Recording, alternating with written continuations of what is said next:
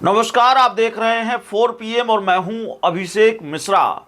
Sharad Yadav, George Fernandes, Digvijay Singh, RCP Singh, Prabhunath Singh, पवन वर्मा, प्रशांत किशोर, ये उन नेताओं के नाम हैं जिनको कभी नीतीश कुमार ने अपनी सहूलियत के हिसाब से निपटाया।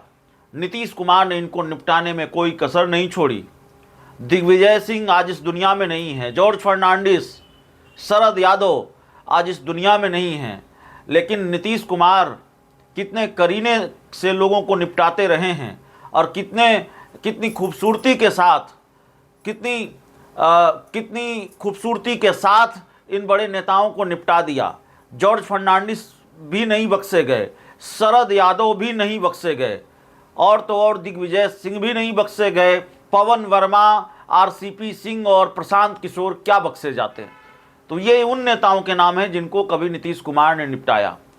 सवाल ये है कि नीतीश कुमार ने जो बोया है वो उसी को काटने की राह पर हैं, और नीतीश कुमार भी उसी लिस्ट में शुमार होने वाले हैं जिस लिस्ट में जॉर्ज फर्नांडिस, पवन वर्मा, प्रशांत किशोर, दिग्विजय सिंह, शरद यादव हैं, यानी कि निपटने वालों की लिस्ट में। और नीतीश कुमार ने जो इन नेताओं के साथ किया वही नीतीश कुमार के साथ अब होने वाला है। होने वाला क्या है? हो रहा है। पूरी तरह से निपटना बाकी है, वरना जो चीज़ें दिख रही हैं, जो घटनाक्रम है, बहुत कुछ बचा नहीं है। जेडीयू में सब कुछ ठीक नहीं है, सिर्फ बात यहीं तक नहीं है। जेडीयू बची है कि नहीं बची है, बात यहां तक है। कल को यह खबर भी आ जाए तो हैरानी नहीं होनी चाहिए कि तख्ता पलट हो गया जेडीयू में, जेडीयू का राष्ट्रीय अध्यक्ष कोई और हो गया, जैसे कभी तख्ता पलट नीतीश कुमार ने किया था। शरद यादव को राष्ट्रीय अध्यक्ष के पद से हटाकर खुद राष्ट्रीय अध्यक्ष बन गए थे। तो जाहिर तौर पर तख्ता पलट की ये कहानी दोहराई जा सकती है। और बाकी जब राष्ट्रीय अध्यक्ष की कुर्सी नहीं बचेगी, जेडीयू में कुछ बचेगा नहीं, तो फिर मुख्यमंत्री की कुर्सी कैसे बचेगी? आपको बहुत हैरानी होगी, आपको लगेगा ये बहुत हल्की बात हम कर रहे हैं, लेकिन मेरी समझ जो कहती है, मेरी समझ जो इजाज़त दे रही है, हम जो देख रहे हैं, हम जो समझ पा रहे हैं, जेडीयू में बहुत भीषण स्थिति है। और नीतीश कुमार के साथ ये हो सकता है, हो जाए तो हैरानी नहीं होनी चाहिए। ये नीतीश कुमार वो नीतीश कुमार नहीं है जो डैमेज कंट्रोल कर लेते थे। ये नीतीश कुमार वो नीतीश कुमार नहीं है जिनके बिना पार्टी में एक पत्ता भी नहीं हिलता था। नीतीश कुमार की मर्जी के बिना पत्ता तो छोड़िए, टहनियां हिल रही हैं, दरख्त हिल रहे हैं, और जड़ से कई दरख्त उजड़ रहे हैं, उखड़ रहे हैं। यह स्थिति है जेडीयू में।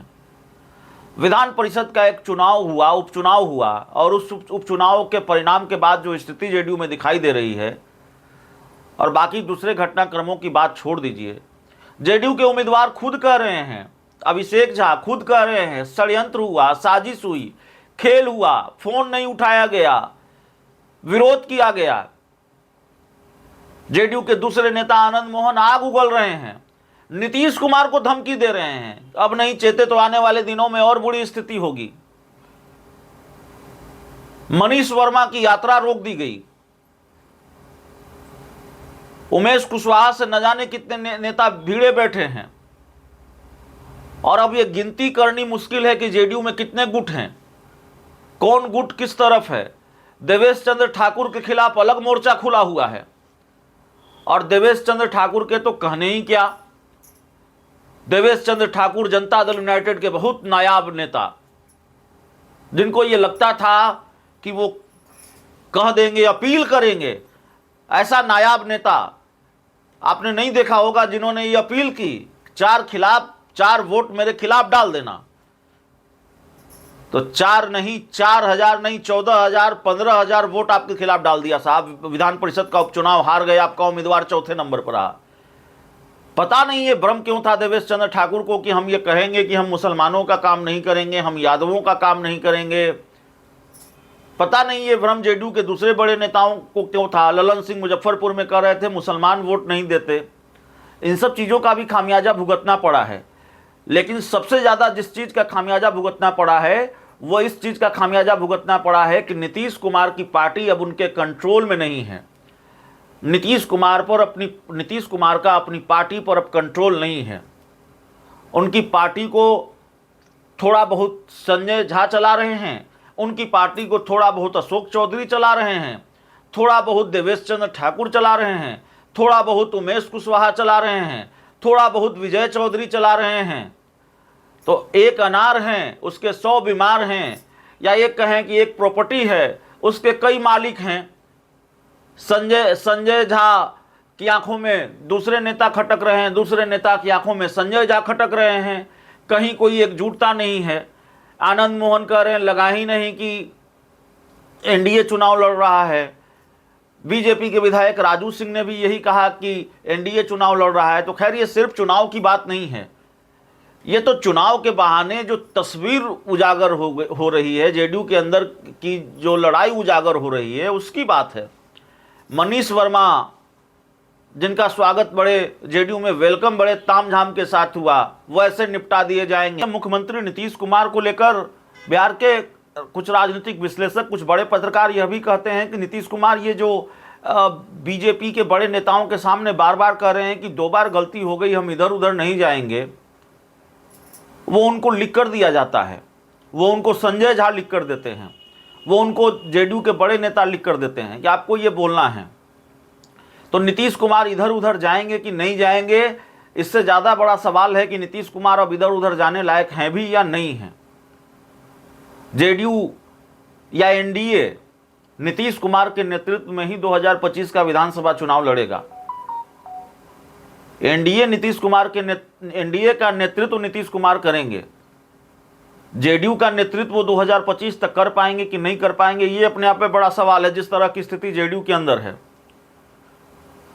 पता नहीं कौन एकनाथ शिंदे खड़ा हो जाए और फिर उद्धव ठाकरे वाली हाल कर दे, कौन कितने नेताओं को अलग हो जाए, कितने सांसदों को, कितने विधायकों को लेकर अलग हो जाए, इसका खतरा भी है, इसका संकट भी है। बहुत भीषण स्थिति है नीतीश कुमार की पार्टी में, बहुत भीषण स्थिति है जेडीयू में। इस बात के आसार नजर आ रहे हैं।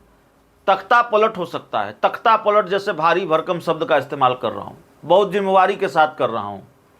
आपस में जिस तरह से नेता लड़ भिड़ रहे हैं और खुलेआम बताया जा रहा है, अगर बयानों को देखेंगे तो खुलेआम ऐलान किया जा रहा है हमने हरवाया है जी। आप राजपूतों को बधुआ मजदूर समझेंगे और फिर आप समझेंगे चुनाव जीत जाएंगे, हमने हरवाया है। उनके बयान का लबो लुआब यही है, चाहे वो कह रहे हो चाहे नहीं कह रहे हो। आनंद मोहन की हम बात कर रहे हैं। इधर मनीष वर्मा को अलग साइड किया गया, ताकत दिखाई जा रही है, पावर दिखाया जा रहा है, देखिए हमें कितना पावर है। आप यात्रा कर रहे हैं, उमेश कुशवाहा लेटर निकालेंगे, राष्ट्रीय महासचिव का लेटर प्रदेश अध्यक्ष निकालेंगे कि भाई संजय झा के निर्देशानुसार यात्रा पर विराम लगाया जाता है, यात्रा रोकी जा रही है। तो ये स्थिति है जनता दल यूनाइटेड में। अब इसमें अगर तख्ता पलट हो जाए, कोई एकनाथ शिंदे निकल आए, तो कौन सी हैरानी होनी चाहिए। नीतीश कुमार ने भी यही किया जॉर्ज फर्नांडिस के साथ, शरद यादव के साथ, दिग्विजय सिंह के साथ, पवन वर्मा, प्रशांत किशोर, आरसीपी सिंह के साथ, लिस्ट बहुत लंबी है। तो नीतीश कुमार की नाव भी डूब रही है। ये मुगालता जेडीयू के कुछ नेताओं को होगा कि नाव सलामत है और नाव किनारे लग जाएगी, 2025 में 225 सीट हम जीत जाएंगे। हालांकि अशोक चौधरी जैसे बड़े नेता कहते हैं 2025 सीट जीतेंगे। तो खैर 2025 में 225 सीटें जेडीयू जीत जाएगी या एनडीए जीत जाएगा, ये बड़ा मुश्किल है। और खैर जेडीयू के लिए तो 43 के स्कोर को बरकरार रखना ही मुश्किल है। कौन नहीं लगा जेडीयू को निपटाने में, कौन नहीं लगा नीतीश कुमार को निपटाने में, यह तो विधान परिषद के उपचुनाव से ही साबित हो गया। अरे छोड़ दीजिए चिराग पासवान को, उनकी पार्टी लगी हुई थी, आरोप है कि उनकी पार्टी लगी हुई थी। और अभिषेक झा लिख रहे हैं कि षड्यंत्र हुआ, विश्वासघात हुआ। तो नाम किसी का नहीं लिख रहे, लेकिन इशारा चिराग पासवान पर भी है, उनकी पार्टी के लोगों पर भी है। आनंद मोहन, चेतन आनंद और राजू सिंह और बाकी लोग निशाने पर तो हैं ही। कौन नहीं लगा हुआ है नीतीश कुमार को निपटाने में। और सिर्फ विधान परिषद के उपचुनाव का मामला है क्या? रुपौली किसने हरवा दिया? रुपौली का विधानसभा उपचुनाव किसने हरवा दिया? नीतीश कुमार ने पूरी ताकत लगाई, जेडीयू ने पूरी ताकत लगाई, जेडीयू कोटे के मंत्रियों ने कैंप किया, फिर भी निर्दलीय उम्मीदवार ने हरा दिया। वहां भी निर्दलीय ने हरा दिया, शंकर झा ने हरा दिया, और यहां भी निर्दलीय ने हरा दिया। भाई बिहार के निर्दलीय कुछ अलग किस्म के हैं, उनके पास कोई दैवीय शक्ति है। जेडीयू जैसी पार्टी हार जा रही है, और पूर्णिया रुपौली तो फिर भी छोड़ दीजिए, यहाँ तो चौथे नंबर पर आप रहे हैं। यहाँ के निर्दलीय में तो इतनी दैवीय शक्ति थी। तो आनंद मोहन चेतावनी दे रहे हैं, धमकी दे रहे हैं कि संभल जाइए। लैंड सर्वे और स्मार्ट मीटर, शिक्षक, ये सारे मुद्दे ऐसे हैं कि आने वाले दिनों में भी नुकसान होगा। तो जेडीयू को हराने के लिए अब आरजेडी की जरूरत नहीं है, और जेडीयू की लड़ाई आरजेडी से नहीं है, कांग्रेस से नहीं है। जेडीयू की लड़ाई जेडीयू से है, जेडीयू की लड़ाई लोजपा से है। नीतीश कुमार को अब दुश्मनों की जरूरत नहीं है, दोस्त ही दुश्मन हैं, और दोस्तों से ही लड़ाई है, अपनों से ही लड़ाई है। दुश्मनों की जरूरत तो तब पड़ेगी जब अपनों से निपट जाएंगे।